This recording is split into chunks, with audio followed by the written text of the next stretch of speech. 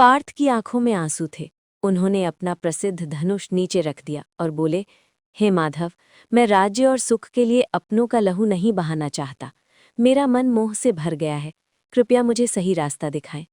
उन्होंने लड़ने से मना कर दिया और रथ के पीछे बैठ गए। माधव के चेहरे पर एक कोमल मुस्कान आई। उन्होंने बोलना शुरू किया, पार्थ, तुम उनके लिए शोक कर रहे हो जिनके लिए शोक नहीं करना चाहिए। बुद्धिमान व्यक्ति न जीवित के लिए दुखी होते हैं और न ही मृत के लिए। सत्य तो ये है कि हम सब हमेशा से थे और हमेशा रहेंगे। माधव ने एक सरल उदाहरण दिया। जैसे एक मनुष्य अपने पुराने और फटे हुए वस्त्रों को त्याग कर नए वस्त्र धारण करता है, ठीक वैसे ही ये आत्मा पुराने शरीर को छोड़कर नया शरीर प्राप्त करती है। शरीर बदलता है, लेकिन उसके भीतर की शक्ति कभी नहीं बदलती। पार्थ, इस आत्मा को कोई भी शस्त्र काट नहीं सकता, अग्नि इसे जला नहीं सकती, जल इसे भिगो नहीं सकता और हवा इसे सुखा नहीं सकती। ये आत्मा अजेय, शाश्वत और सर्वव्यापी है।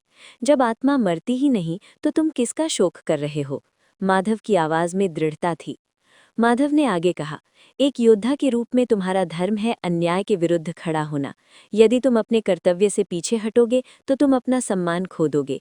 जीत या हार की चिंता छोड़ो और केवल अपने धर्म का पालन करो। पार्थ, कर्म करना तुम्हारा अधिकार है, लेकिन उसके फल पर तुम्हारा कोई नियंत्रण नहीं है। तुम परिणाम की इच्छा से कर्म मत करो और न ही कर्म न करने में तुम्हारी आसक्ति हो। सफलता और असफलता में समान भाव रखना ही योग है। पार्थ ने पूछा, हे माधव, उस व्यक्ति के लक्षण क्या हैं जिसकी बुद्धि स्थिर है? माधव ने उत्तर दिया, जैसे कछुआ अपने अंगों को समेट लेता है, वैसे ही जो व्यक्ति अपनी इंद्रियों को वश में रखता है और सुख दुख में विचलित नहीं होता, वही स्थिर प्रज्ञा वाला है। माधव की बातों ने पार्थ के मन के कोहरे को साफ कर दिया। उन्हें समझ आ गया कि शरीर नश्वर है, पर कर्तव्य और आत्मा अमर है। उन्होंने दृढ़ता के साथ अपना गांडीव धनुष उठा लिया। उनके मन का भय अब साहस में बदल चुका था।